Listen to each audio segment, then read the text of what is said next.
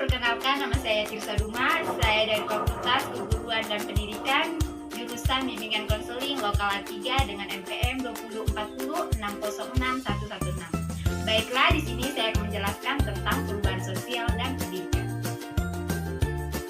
Baiklah, kita langsung aja masuk ke dalam materinya, yaitu perubahan sosial dan pendidikan. Di sini saya akan menjelaskan ada 4 poin. Yang pertama, penjelasan dan makna perubahan sosial. Yang kedua, dampak perubahan sosial akibat perkembangan teknologi dari contohnya yang saya alami dari SD sampai SMA. Yang ketiga, berbagai keterampilan yang harus dikuasai peserta didik untuk menyongsong perubahan sosial. Yang keempat, perubahan dan fungsi sekolah di era perubahan sosial yang semakin disruptif. Baiklah, kita akan masuk ke dalam poin yang pertama, yaitu penjelasan dan makna perubahan sosial. Perubahan sosial merupakan gejala umum yang terjadi sepanjang masa dalam setiap masyarakat. Perubahan itu terjadi sesuai dengan hakikat dan sifat dasar manusia yang selalu ingin mengadakan perubahan. Secara sosiologi, pendidikan adalah sebuah warisan budaya dari generasi ke generasi. Agar kehidupan masyarakat berkelanjutan dan identitas masyarakat itu tetap terpelihara dan memungkinkan untuk melakukan suatu perubahan atau perkembangan. Makna dari perubahan sosial dengan pendidikan adalah terjadi perubahan pada struktur dan fungsi dalam sistem sosial, yang mana termasuk di dalamnya adalah pendidikan. Karena pendidikan ada dalam masyarakat, baik itu pendidikan formal, informal, maupun non-formal. Pendidikan sejak dulu sampai sekarang merupakan hal terpenting dalam hidup manusia. Pendidikan memberikan kemajuan pemikiran umat manusia, sehingga taraf hidup mereka meningkat. Dalam perkembangannya dari zaman ke zaman, pendidikan berubah menjadi suatu sistem. Di dalam revolusi, perubahan yang terjadi dapat direncanakan atau tanpa direncanakan terlebih dahulu, dan dapat dijalankan tanpa kekerasan atau melalui kekerasan.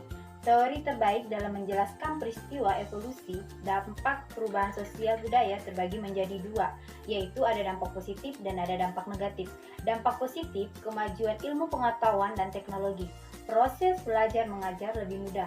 Siswa dapat mengembangkan kemampuan dan akses wawasan seluas-luasnya. Fasilitas dalam pembelajaran lebih modern. Siswa lebih inovatif dan kreatif. Yang kedua, dampak negatif. Menjadi pribadi yang individualisme, menjadi individu yang konsumtif, hedonistik, lunturnya budaya-budaya bangsa, adanya pornografi di kalangan pendidikan. Pendidikan memiliki andil besar dalam kehidupan manusia. Oleh sebab itu, berikut ini fungsi pendidikan yang berhubungan dengan perubahan sosial di masyarakat, yaitu 1. Fungsi pendidikan sebagai perubahan sosial. Yang kedua, fungsi memindahkan nilai-nilai budaya. Yang ketiga, fungsi mengembangkan dan menetapkan hubungan sosial. Dari ketiga fungsi tersebut, saya akan menjelaskan satu persatu. Fungsi yang pertama yaitu fungsi pendidikan sebagai perubahan sosial. Pada fungsi ini, pendidikan berperan sebagai pencetak penemuan-penemuan baru. Dengan hasil temuan mereka akan mempengaruhi kebudayaan masyarakat, sehingga mengakibatkan perubahan sosial yang cukup menyeluruh. Contohnya, penemuan komputer, rice cooker, pesawat terbang, dan sebagainya. Yang kedua, fungsi memindahkan nilai-nilai budaya, transformasi kebudayaan. Pendidikan dapat dirumuskan sebagai proses kegiatan yang direncanakan untuk memindahkan pengetahuan, sikap nilai-nilai, serta kemampuan-kemampuan mental lainnya dan satu generasi ke generasi lebih mudah. Seperti proses interaksi guru dan murid di kelas dan sekolah, ataupun di kelompok-kelompok warga belajar serta keluarga. Yang ketiga, fungsi mengembangkan dan memantapkan hubungan-hubungan sosial. Fungsi ini membentuk peserta didik lebih mengetahui, memahami dan mengerti kelompok-kelompok sosial yang ada di lingkungan sosial mereka. Dalam proses ini yang lebih terperan adalah pendidikan non-formal dan informal. Tetapi pendidikan formal juga mempengaruhi sebagai wadah pengembangan secara akademis.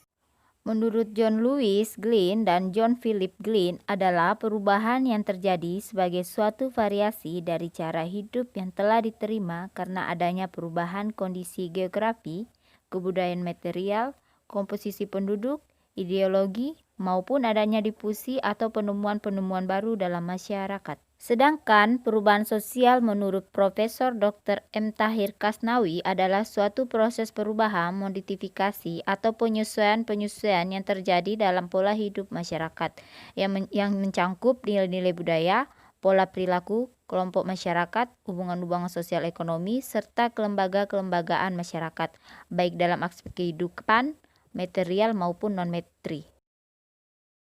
Dari makna harfiah tersebut dapat didefinisikan sebagai seni memproduksi alat-alat produksi dan menggunakannya. Definisi ini tersebut kemudian berkembang menjadi penggunaan ilmu pengetahuan sesuai dengan kebutuhan manusia. Teknologi dapat pula dimaknai sebagai pengetahuan mengenai bagaimana membuat sesuatu atau bagaimana melakukan sesuatu. Dalam arti, kemampuan untuk mengerjakan sesuatu dengan nilai yang tinggi, baik nilai manfaat maupun nilai jualnya. Kemajuan teknologi memberikan manfaat dalam berbagai bidang. Kemajuan teknologi akan terus terjadi karena pengetahuan juga semakin meningkat. Pendidikan juga semakin baik. Pendidikan baik, maka bidang yang lain akan mengikuti seperti dalam bidang ekonomi maupun sosial. Pengetahuan meningkat, maka munculnya inovasi-inovasi baru dan mempermudah kerja manusia. Kemunculnya handphone dari tahun ke tahun semakin meningkat, yang awalnya hanya dapat digunakan untuk SMS dan telepon, kemudian sekarang dapat digunakan dalam segala hal seperti komputer atau laptop. Semakin canggihnya smartphone dapat berdampak positif maupun negatif untuk masyarakat itu sendiri.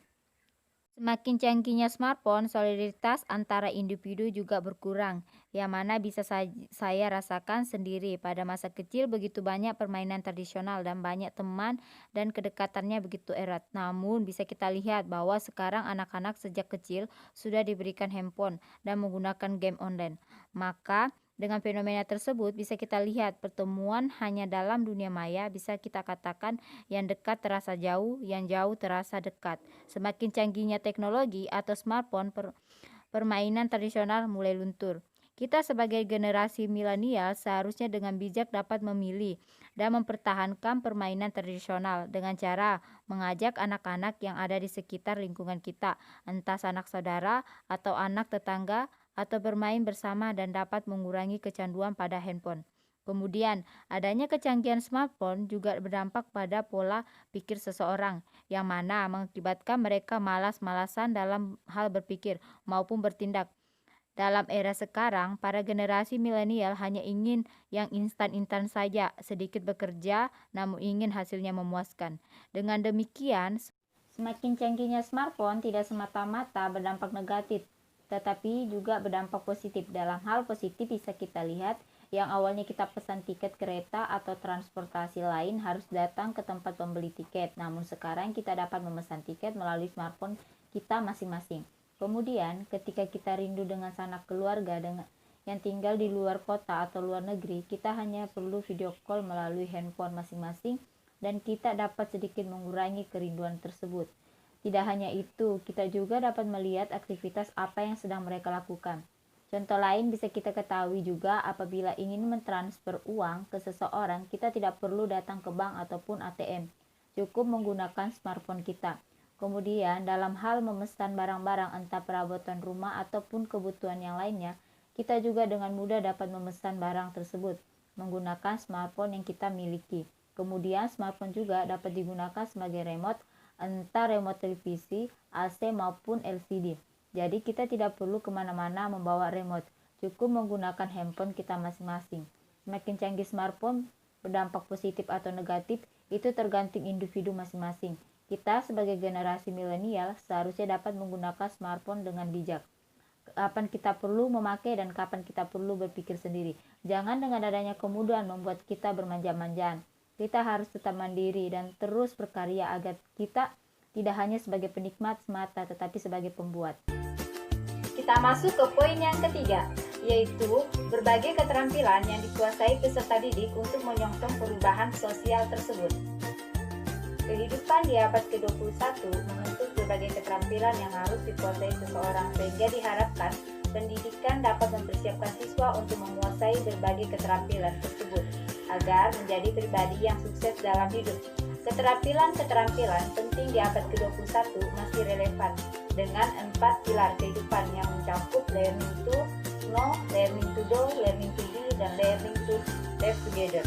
4 prinsip tersebut masing-masing mengandung keterampilan khusus yang perlu diberdayakan dalam kegiatan belajar, seperti keterampilan berpikir kritis, pemecahan masalah, metakognisi, keterampilan berkomunikasi, berkolaborasi, inovasi, dan kreasi, literasi informasi, dan berbagai keterampilan lainnya.